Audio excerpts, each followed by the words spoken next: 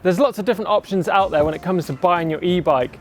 Mail order and direct sales are getting more and more popular, meaning your bike is going to turn up in a big box like this. Today we're going to get that bike out the box, taking the steps to building it and getting it out on the trails. We're all really excited to get that e-bike out of the box, but there's a few vital things we need to do before we get too carried away.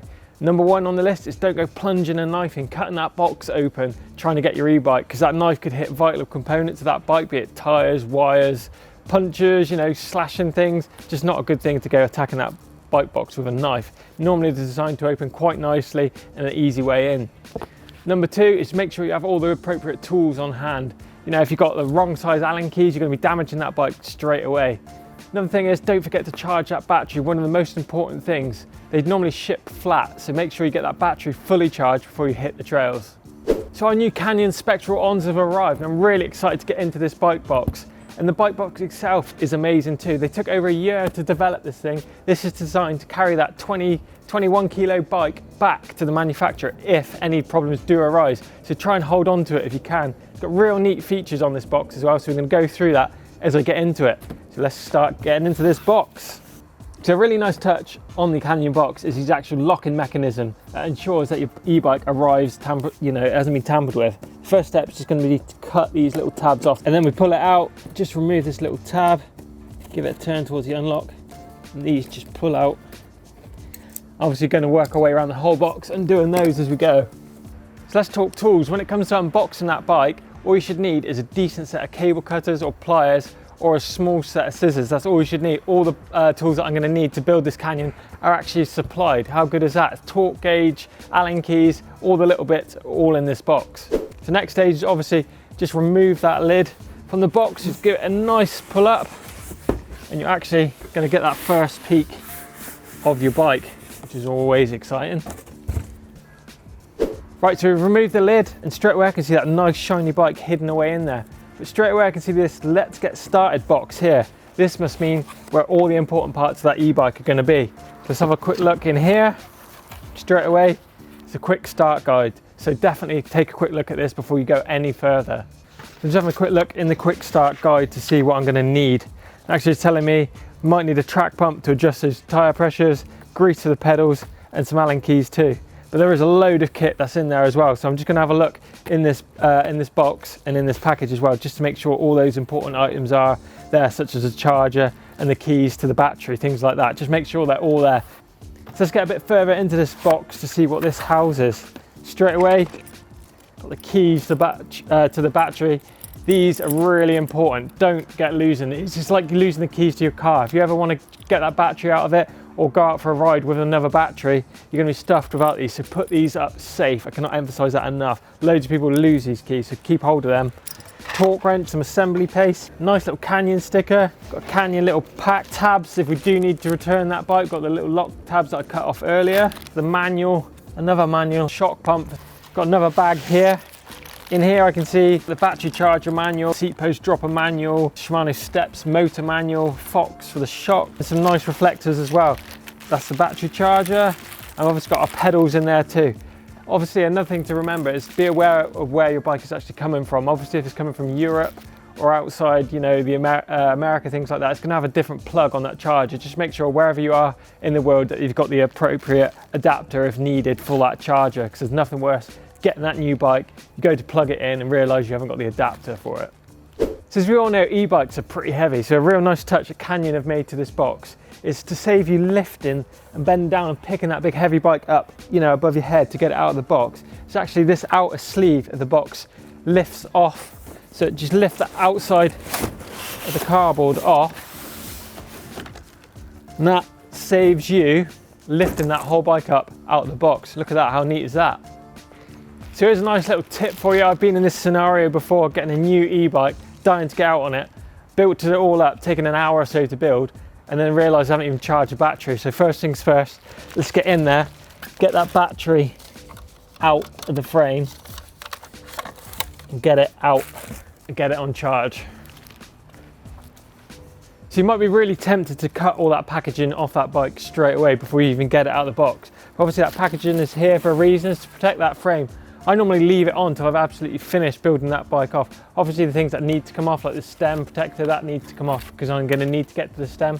But anything that's protecting paintwork and saddles and things like that, I tend to leave on just in case that tool slips off or something comes into contact with that bike, can damage it before it's even out the box.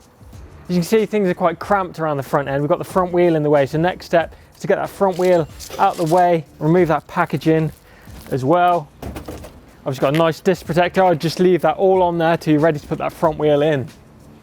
So next step is going to be fitting that handlebars to the stem. First things first, I've got to remove the packaging from this. Get the bars out of the box. There's quite a lot of packaging on here, so just go careful if you're chopping around with snippers, not to be cutting anything like wires from the control unit or brake hoses, things like that. So just go really careful with anything sharp around this area. So next step is fitting the handlebars. To do this, we need to remove the faceplate of the stem. Just a 4mm on here. I'm using the supplied toolkit. So I'm just going to spin these bolts out. They're already nice and freshly greased from the factory too, which is good. So next step is to fit those bars to the stem. As I've taken that faceplate out, I see this as 6 Nm, so that's how tight these bolts actually have to be. Of course, Canyon supplied that little torque gauge as well, so that's really handy, so I know when I'm tensioning that up the right thing. Also, this faceplate I've noticed is actually directional as well, so just look out for little things. That's telling me that that needs to go on that way up. If you put it on the upside down, it's going to cause problems to that handlebar and stem further down the line. Also, Canyon have supplied some assembly paste as well.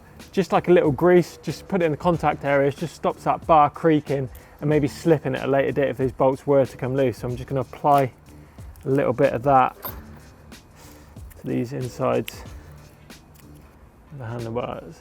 So let's stick those handlebars back into the bike now, just making sure that's nice the way up. Also note that that control cable is running under the handlebars, so just make sure that is actually sticking out. It's quite easy to put that in and get it clamped in the bar, so I'm going to stick that in again, making sure that wire is on the outside of the stem, and get that faceplate on again, checking the direction is the right way.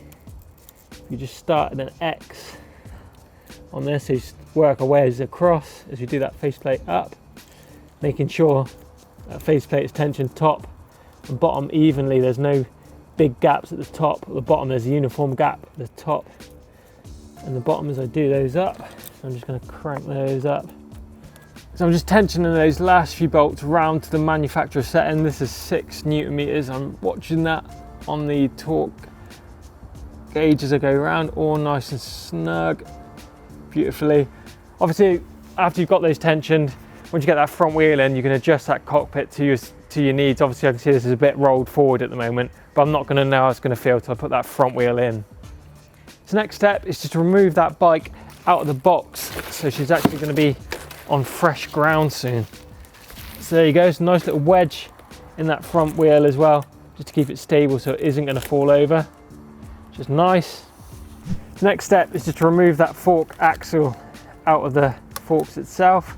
Obviously just undo that anti-clockwise. I can see it's got a nice coating of grease on there already, so it's all ready to go. If your bike hasn't got grease on the axle, it's worth just putting a bit on the threads, the actual shaft of the axle too. Just put that up nice, somewhere clean, don't get a load of grit on it straight away. Remove that packaging from the front wheel. And also I can see this one has got a brake wedge in there as well, so I'm going to need to remove that before I put that front wheel in. So now it's time to put that front wheel into the bike. We're nearly getting there into a whole rideable bike now.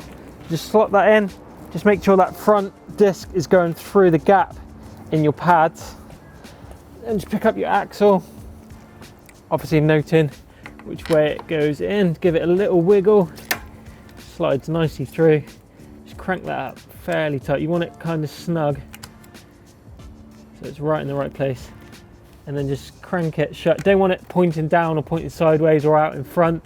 You want it ideally in line with a fork leg. Just crank that up nice and tight. You know it's tight because it will leave a little indent in the palm of your hand. So the bike's really starting to take shape now, and now it's time to remove that excess packaging that I talked about leaving on earlier. It's nearly ready to hit the trails. You've just got a few final adjustments to make, and then we're going to be ready. Super excited. So next step is to add the pedals to your bike. Noting that the drive side the right hand crank is a normal thread, so it does clockwise. The left hand crank, the non-drive side, is a left hand thread, so that does up anti-clockwise. So just make sure you put in the right pedals and the right cranks. Usually on the end of the pedals they say L and R. Obviously right is the drive side as you're on the bike, so put the right one in, and obviously make sure you're doing that up nice and tight. I've added grease to these before I'm adding these to the bike. That one's in nice and tight.